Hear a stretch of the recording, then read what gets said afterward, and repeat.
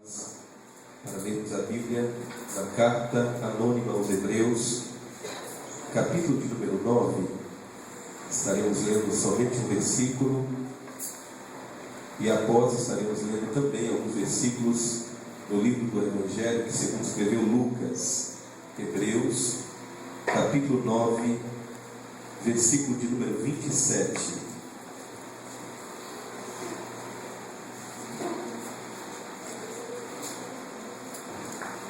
Epístola aos Hebreus, capítulo 9, verso 27, todos acharam? Amém? Diz assim a Bíblia: E como aos homens está ordenado a morrerem uma só vez, vindo depois disto o juízo. Podemos repetir este verso?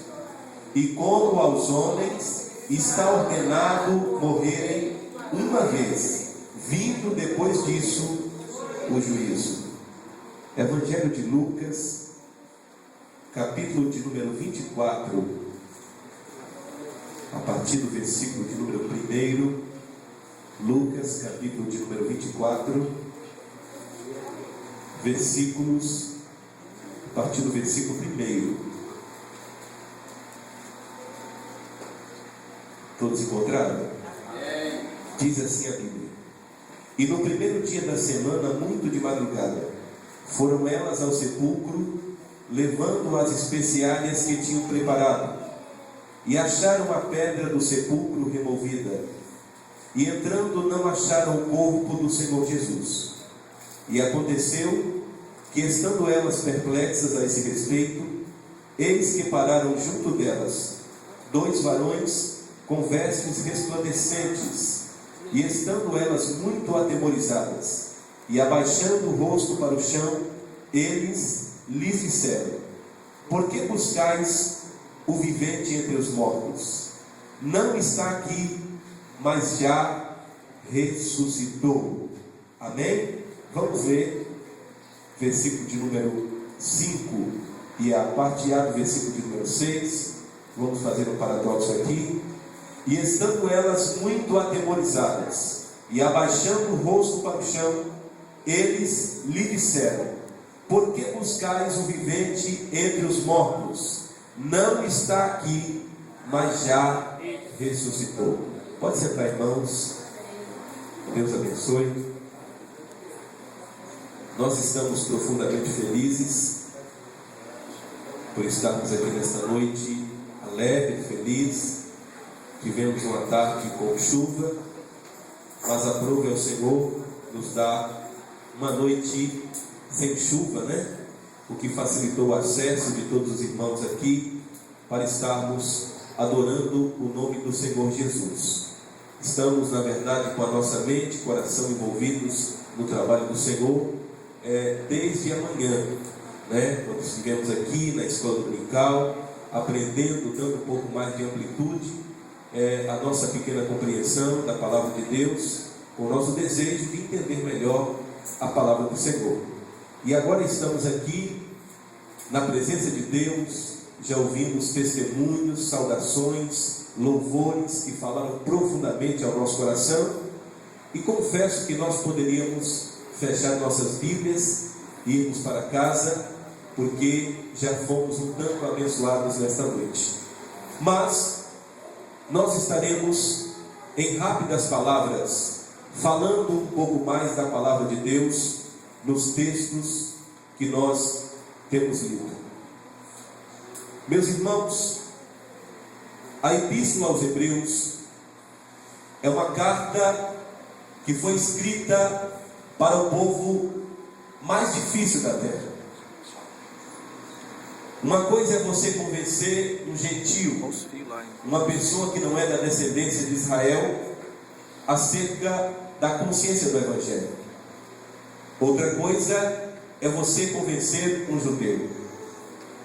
A carta aos Hebreus foi escrita com a finalidade de mostrar que Jesus Cristo é um rei maior do que Davi, que Jesus é um sacerdote maior do que Arão, profeta maior do que Elias.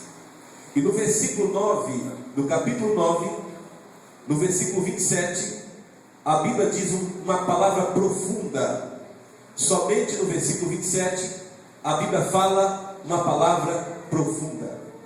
Aos homens está ordenado a morrerem uma só vez, vindo depois disto o juízo.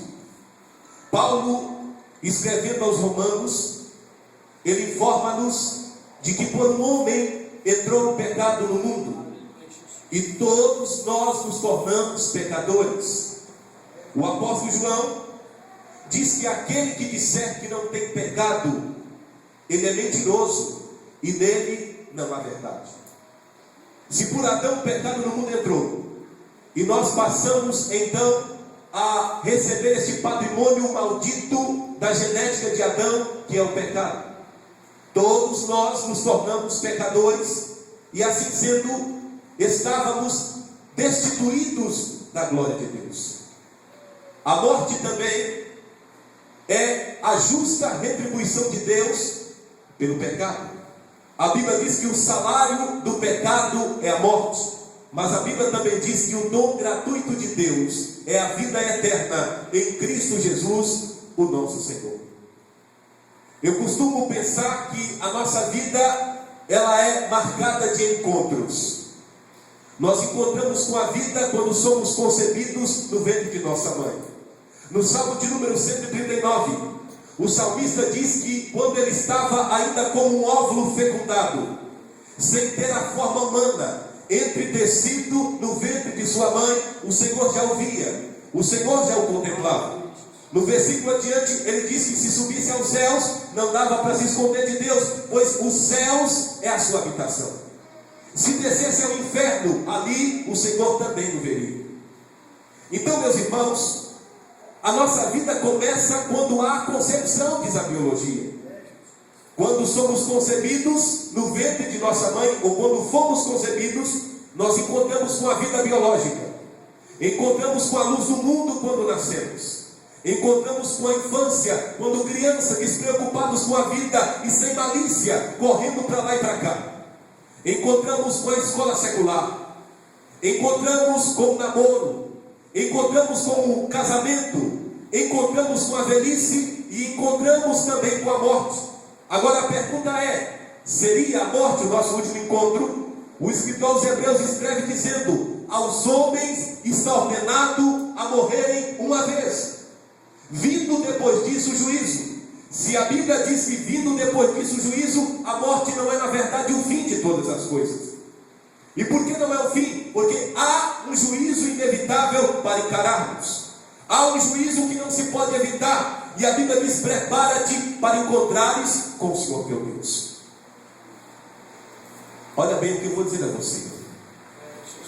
Jesus falou que a vida de alguém não pode ser constituída na abundância daquilo que possui. Não é pecado trabalharmos. Não é pecado lutarmos para prosperarmos materialmente falando. Não é pecado lutarmos para dar à nossa família o melhor conforto, uma casa, um carro ou alguma coisa básica da sobrevivência humana. O que é pecado é trabalharmos pensando que a nossa vida constitui somente de coisas materiais. A Bíblia diz: aos homens está ordenado a morrerem uma só vez, vindo depois disso o juízo. A Bíblia fala de um homem que fez um grande investimento, fez um grande empreendimento. Ele fez uma plantação muito grande.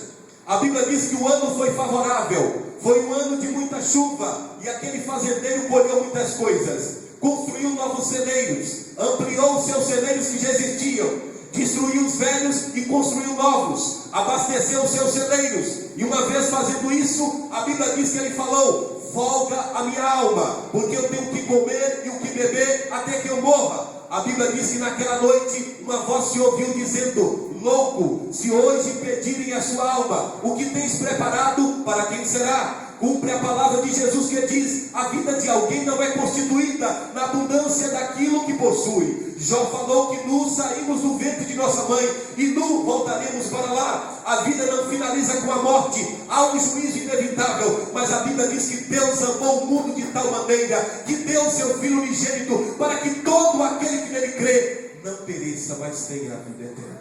Aleluia. Muito bem. E o que é a morte? Na sua essência, na sua prática. Olha, irmãos, alguém pinta a morte como um personagem alto, com um gorro preto na cabeça, com uma foice nas costas. Mas a morte é simplesmente a separação do corpo físico com o corpo espiritual.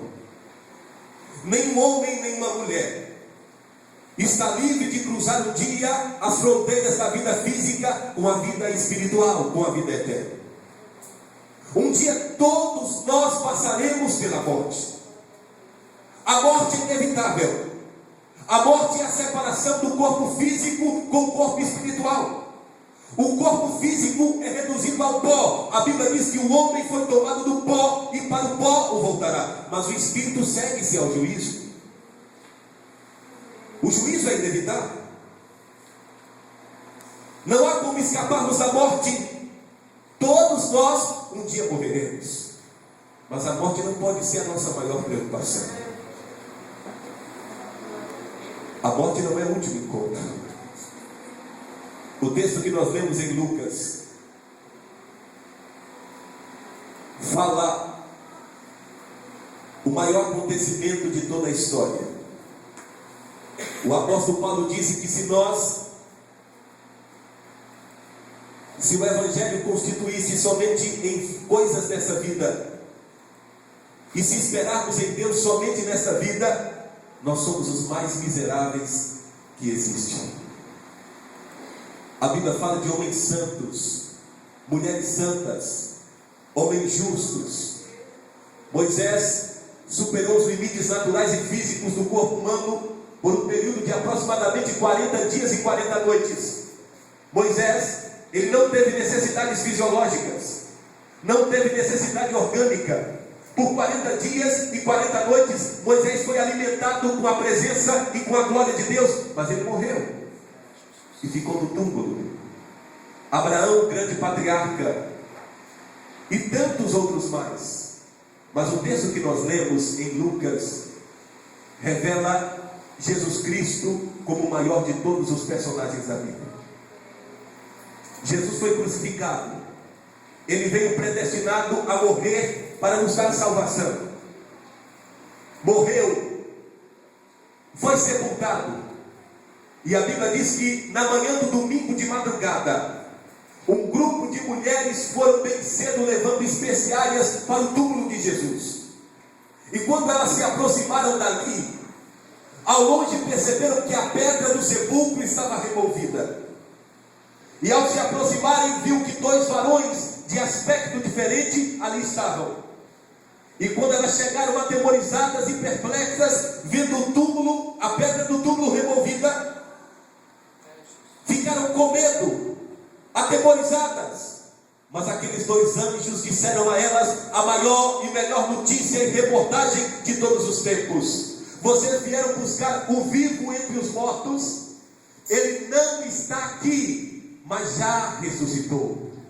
Se Jesus Cristo não tivesse ressuscitado, ainda que se ele tivesse operado todos os milagres que a Bíblia diz que operou, falado tão bonito, profundo e que com tanta autoridade como falou, mas se ele não tivesse ressuscitado, ele não seria nada mais, nada menos do que qualquer personagem da Bíblia que marcou a sua história, o seu tempo. Mas Jesus Cristo venceu a morte. O profeta profetizou que ele não poderia ser preso às ânsias da morte, porque Jesus era justo. Ele ressuscitou para nos deixar a garantia de que a morte não é o último encontro, e que o crente que teme a Deus pode morrer sem medo, porque se com ele morremos, com ele também ressuscitaremos um dia.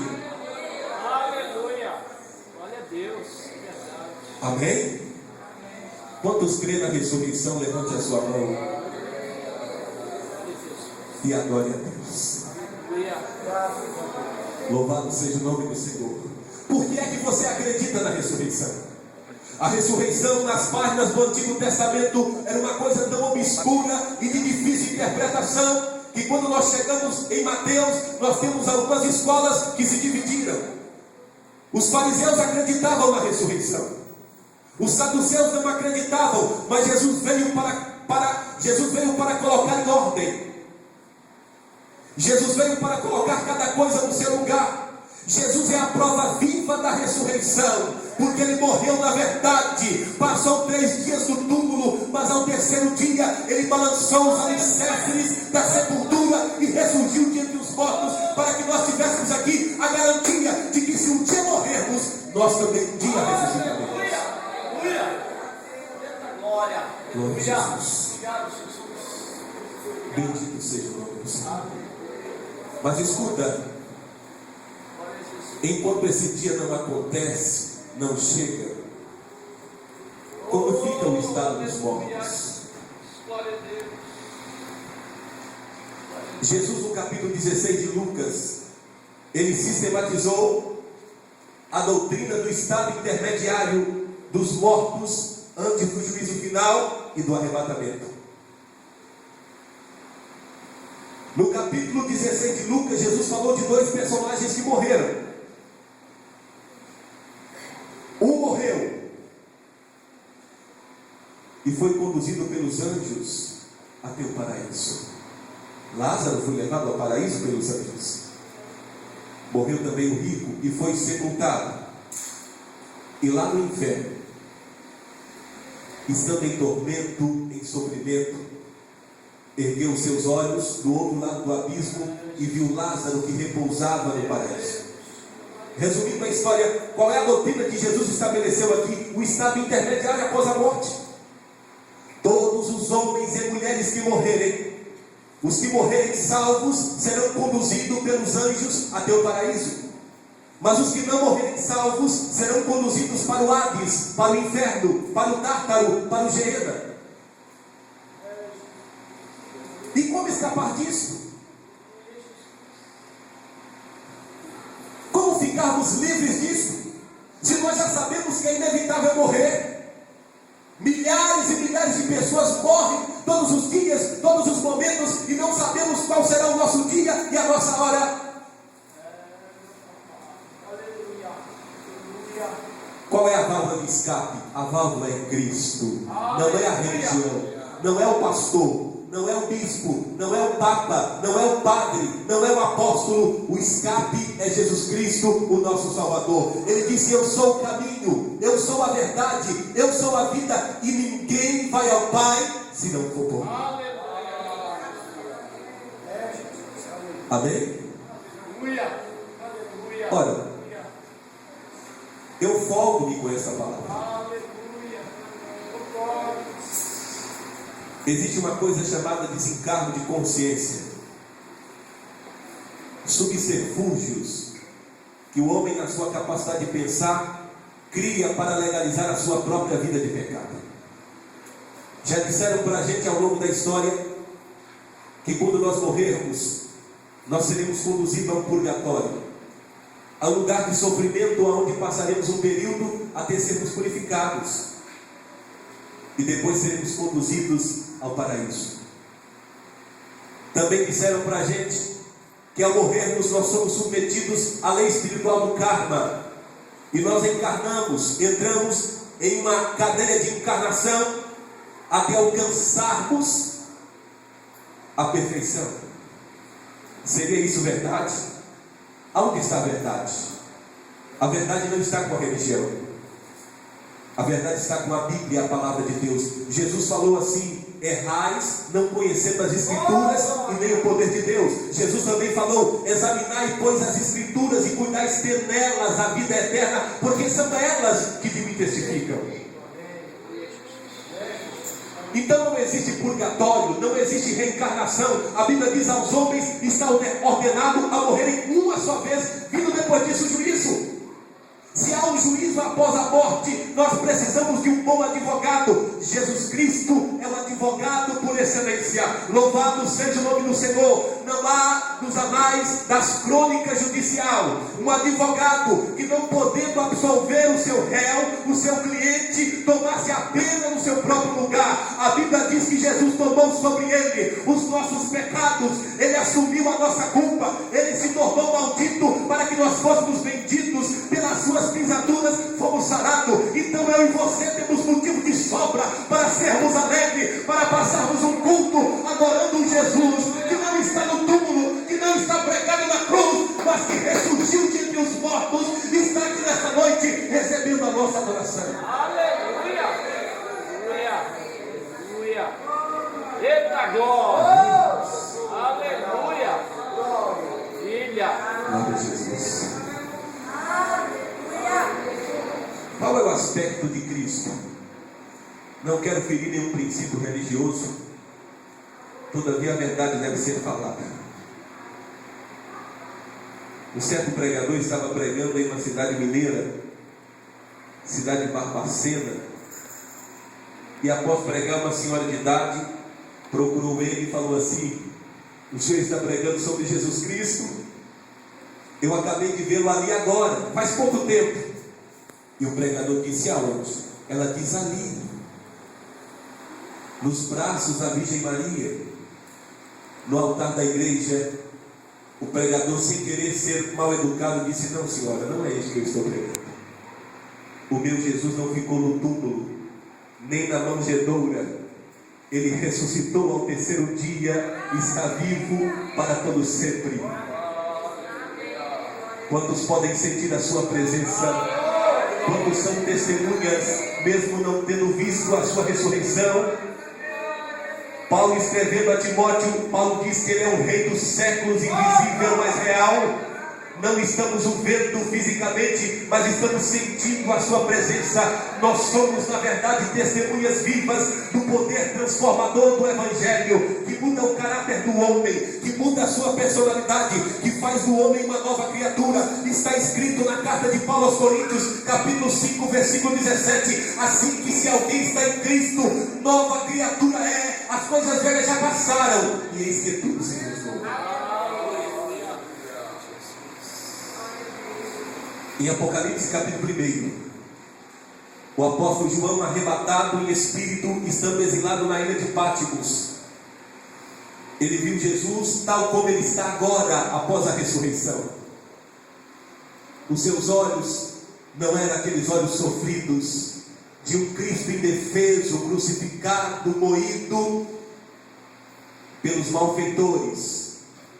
Os seus olhos eram como chamas de fogo. O seu rosto não era aquele rosto caído, semblante fracassado de um Cristo prestes a morrer, pendurado em uma cruz aproximadamente 3,5 metros, suspenso da terra aos céus. O seu rosto era como o sol, quando na sua força resplandece. Os seus pés semelhantes a latão reluzente. No capítulo 19 de Apocalipse, João viu ele descendo com as potências celestiais para tomar o governo do mundo, e havia uma faixa escrita na sua coxa, dizendo: Rei dos reis e Senhor dos senhores. E as mulheres receberam a